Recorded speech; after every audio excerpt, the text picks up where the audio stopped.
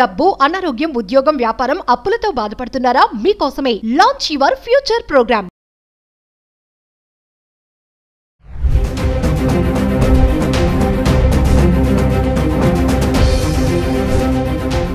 So మనము American situation గురించి మాట్లాడాలంటే ప్రస్తుతం ఉన్న వాతావరణం అది ఇమ్మిగ్రెంట్స్కి ఎవరికి కూడా సంతోషకరమైన టైం కాదు. ఇది అది ఏదో హిస్పానిక్స్, స్పానిష్ ఇల్లీగల్ వాళ్ళు కష్టపడుతున్నారని చెప్పి మిగిలిన వాళ్ళు మనము ఫ్రీగా ఉండడానికి అవకాశం లేదు. ఓవరాల్గా ఇమిగ్రేషన్ ఆర్ ఇమిగ్రెంట్స్కి వచ్చే 4 ఏళ్ల పాటు కష్టమైన టైమే అనే చెప్పాలి. వచ్చే ఏ చేంజెస్ అయినా సరే మీరు చూస్తే అన్నీ కూడా ప్రాసెసెస్ రీడిఫైన్ చేయడము, ఎక్స్పెన్సివ్ చేయడము, టైటన్ చేయడము జరుగుతుంది. సో కొన్ని నేను ఆన్లైన్లో వీడియోస్ చూస్తూ ఉంటాను. చాలా హాస్యాస్పదంగా, ఆశ్చర్యంగా అనిపిస్తుంది. ఏంటంటే ఒక ప్రపోజల్ ఉంది, ప్రస్తుతం వైట్ హౌస్ అప్రూవ్ చేసింది. నేను ఇంతకుముందు కూడా ఒకసారి చెప్పాను మీకు, American immigration system will become like Canadian or Australian. అక్కడ వాళ్ళు స్కోరింగ్ మెకానిజం ఒకటి ఉంది వాళ్ళకి. అంటే బేస్డ్ ఆన్ మీరు ఎక్కడ చదివారు, ఏం చదివారు, ఏ లెవెల్ వరకు చదివారు, మాస్టర్సా, అండర్ గ్రాడా, is it STEM graduation or non STEM, ఇవన్నీ కొంత వాళ్ళు స్కోరింగ్ చేసి above a certain score cut off point అప్పుడే ఇమిగ్రేషన్ ప్రాసెస్ చేస్తారు. అయితే వాళ్ళు చెయ్యని కొన్ని విషయాలు కూడా వీళ్ళు అకౌంట్లో తీసుకుని వీళ్ళు దాన్ని కన్సిడర్ చేస్తామని చెప్పి అన్నారు. ఏంటంటే మనకి అమెరికాలో ఐవీ లీగ్ స్కూల్స్ ఉన్నాయి, నాన్ ఐవీ లీగ్ స్కూల్స్, ఇట్లా రకరకాల స్కూల్స్ నుంచి అదే మాస్టర్స్ డిగ్రీ, అందులో తేడా ఏం లేదు. కానీ ఏ కాలేజ్లో నువ్వు చేసావు దాన్ని బట్టి కొంత రికగ్నిషన్, కొంత డిస్టింక్షన్ జరుగుతుందన్నమాట. బట్ మోస్ట్ ఇంపార్టెంట్లీ ఇప్పుడు ఒకటి అప్రూవ్ అయిన ఇదేంటంటే మనకి అపోహలు కూడా ఉన్నాయి ఇండియాలో. నేను ఆన్లైన్లో వీడియోలు చూశాను. I-140 మంచి శుభవార్త అని చెప్పి. యాక్చువల్గా ఆ వీడియోలో మాట్లాడింది 140,000 మినిమం శాలరీ ఒక H-1B అప్లికెంట్కి ఆఫర్ చేయాలి, అప్పుడే వాడికి H-1B ఎలిజిబిలిటీ ఉంటుంది. Anything less than 140 H-1B file చేయడానికి ఎలిజిబిలిటీ లేదు. అంటే దీంట్లో మనం ఫస్ట్ అర్థం చేసుకోవాల్సిన విషయం ఏంటంటే, మీ bar is getting raised high. So పలానా వస్తువు నా దగ్గర లేదు అని చెప్పే బదులు మీకు ఏం చెప్తున్నారంటే వాళ్ళు, ఈ వస్తువు కావాలన్నట్టయితే నువ్వు 2.5 రెట్లు డబ్బులు కట్టి తీసుకో. అదే పాత వస్తువు, అదే పాత సరుకు, అదే పాత ఐటమ్, కానీ ఇప్పుడు 2.5 times ఎక్స్ట్రా ఎక్స్పెన్సివ్ అవుతుంది.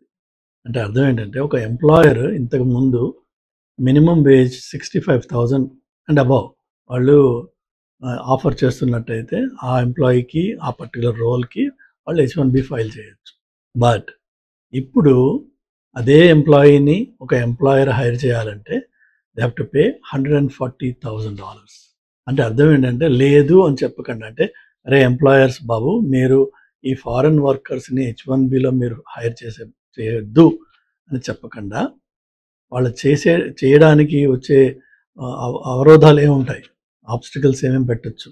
సో ఈ ఎంట్రీ పాయింట్ని 140,000 చేసేటప్పటికి ఏమవుతుందంటే, మీకు చాలా ఎంట్రీ లెవెల్ జాబ్స్ ఈ ఫ్రెష్ గ్రాడ్యుయేట్స్ ఫ్రమ్ స్కూల్కి రావు.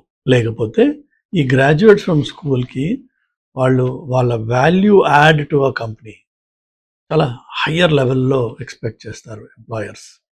ఎందుకంటే they are no more paying 65. ఇప్పుడు ఇద్దరికి ఇచ్చే జీతము ఇప్పుడు ఒక్కడికి ఇవ్వాలి అని అంటున్నారు. ఇప్పుడు ఏమవుతుంది, మీకు ఇద్దరు చేయాల్సిన పని ఒక్కడు చేయగలడా? ఆ ప్రొడక్టివిటీ ఇవ్వగలరా? గాడిది చాకరీ చేసినా మనం చేయలేము ఆ పని. కాబట్టి వద్దు, ఇవ్వద్దు, హైర్ చేయొద్దు అని చెప్పే బదులు హైర్ చేయలేని పరిస్థితి క్రియేట్ చేస్తున్నారు. అది I-140 కాదు, అది 140K minimum salary for H-1B is not helpful for any Indian, any student, fresh graduate from school. Fresh graduates జనరల్గా ఏం చేస్తారు అంటే, మన బాడీ షాపింగ్ కంపెనీస్ ద్వారా లేకపోతే అవుట్సోర్స్డ్ కంపెనీస్ ద్వారా మొట్టమొదటి జాబ్స్ సంపాదిస్తూ ఉంటారు. లేకపోతే డైరెక్ట్గా ఎంప్లాయర్స్ ఈ తలనొప్పి పెట్టుకోరు. That's one way. రిస్క్ మేనేజ్మెంట్లో అవుట్సోర్సింగ్ అన్నది risk aversion or risk diversion.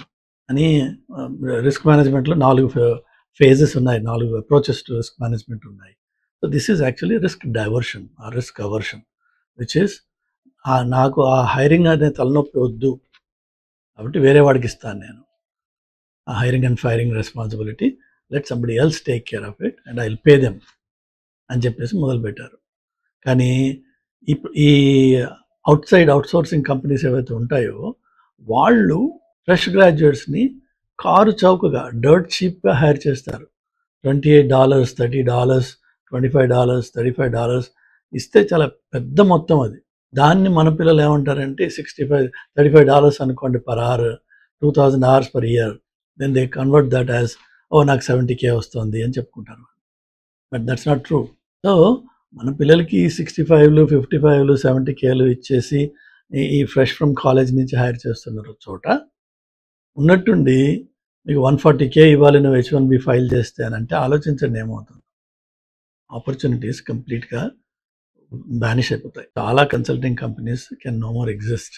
వాళ్ళు ఓన్లీ ఏంటంటే ఎవరో నాలాంటి వాళ్ళని లేదంటే 10-15 ఏళ్ళు 5 ఏళ్ళు 7 ఏళ్ళు ఎక్స్పీరియన్స్ ఉన్న వాళ్ళని హైర్ చేసి, that not on H1B, green card మీద ఉన్నవాడు, EAD మీద ఉన్నవాడు, సిటిజన్షిప్ మీద ఉన్నవాడు, అలాంటి వాళ్ళని లేదంటే లోకల్ సిటిజన్స్ను వాళ్ళని వీళ్ళు రౌట్ చేసే ప్రయత్నం చేస్తారు తప్ప ఈ fresh from college fresh graduates, particularly students coming out of school, will find things a lot more difficult.